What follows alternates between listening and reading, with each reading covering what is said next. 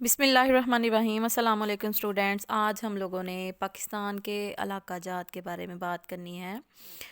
Basically آج ہم لوگوں نے پاکستان کے شمالی علاقہ جات کے بارے میں بات کرنی ہے۔ ہم لوگوں نے یہ دیکھنا ہے کہ کسی بھی علاقے کی آب و ہوا جو ہے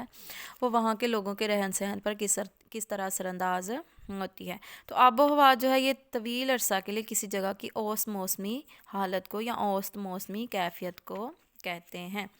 تو پاکستان کے علاقہ جات کی اگر بات کریں تو پاکستان میں 3 اقسام کے علاقہ جات پائے جاتے ہیں۔ پاکستان کے شمالی علاقے ہیں، پاکستان کے میدانی علاقے ہیں اور پاکستان کے ریگستانی علاقے ہیں، ٹھیک ہے۔ آج ہم لوگوں نے پاکستان کے شمالی علاقہ جات کی بات کرنی ہے اور یہ دیکھنا ہے کہ وہاں کی آب و ہوا کس طرح لوگوں کے رہن سہن پر اثر انداز ہوتی ہے۔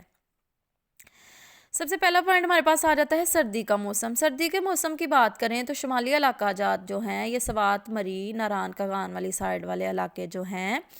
وہاں پہ سردی کا موسم شدید ہوتا ہے، ٹھیک ہے۔ سردی کی شدت بہت زیادہ ہوتی ہے۔ اکثر اوقات کیا ہوتا ہے کہ درجہ حرارت نقطۂ جماع سے بھی گر جاتا ہے، مائنس میں درجہ حرارت چلا جاتا ہے اور ان علاقوں میں برف باری ہوتی ہے، اور برف باری ہونے کی وجہ سے جو تمام علاقہ ہے اکثر ایسا ہوتا ہے کہ برف سے ڈھک جاتا ہے، جس کی وجہ سے انسانی مشاغل جو ہیں وہ بہت زیادہ اثر انداز ان پہ اس کا ہوتا ہے، ٹھیک ہے۔ جو ان کے انسانی مشاغل ہیں وہ رک جاتے ہیں، ان کی معاشی سرگرمیاں جو ہیں وہ بڑی متاثر ہوتی ہیں، اور کیا ہوتا ہے نباتات کی نشو و نما رک جاتی ہے اور جو ندی نالوں کا پانی ہوتا ہے وہ جم جاتا ہے،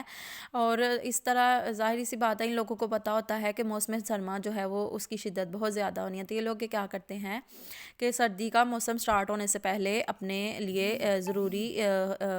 جو ان کی ضروریات زندگی ہوتی ہیں وہ اکٹھی کر لی جاتی ہیں، تاکہ موسم سرما میں جو ہے وہ کسی بھی قسم کی ان کو دقت کا سامنا نہ کرنا پڑے، ٹھیک ہے، اور موسم سرما میں بآسانی زندگی بسر کر سکے۔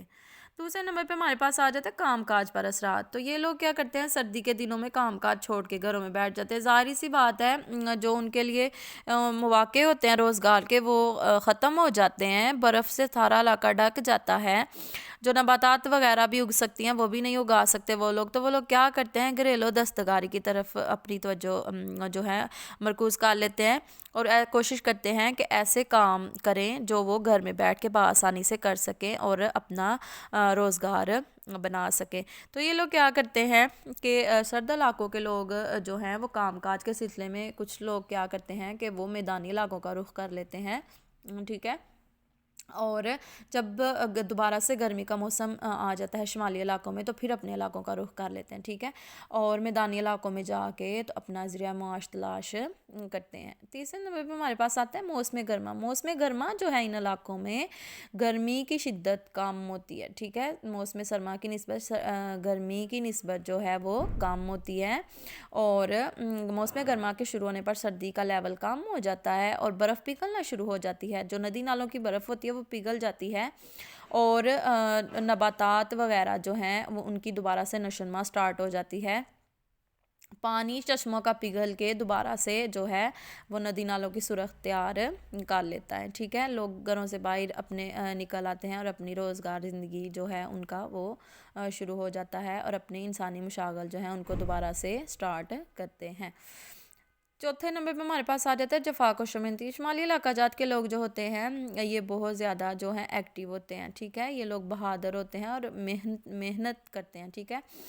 یہ لوگ جو ہیں یہ کاہل بالکل بھی نہیں ہوتے، ان لوگوں کو محنت کے عادی ہوتے ہیں اور محنت کرنے کی عادت ہوتی ہے۔ یہاں پہ کام کے مواقع کم ملتے ہیں تو یہ لوگ کیا کرتے ہیں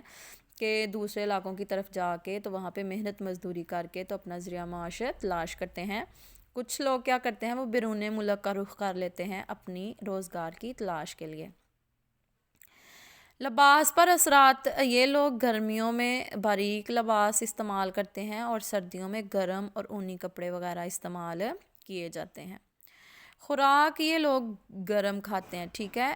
گرم مشروبات وغیرہ کا استعمال کرتے ہیں، قہوہ چائے وغیرہ کا استعمال کرتے ہیں، اور گوشت مچھلی انڈے وغیرہ کے شوقین ہوتے ہیں یہ لوگ اور ان چیزوں کا استعمال کرتے ہیں۔ ایسی خوراک استعمال کرتے ہیں جو ان کے جسم کو حرارت دے اور ان کے جسم کو گرم رکھ سکے، ٹھیک ہے۔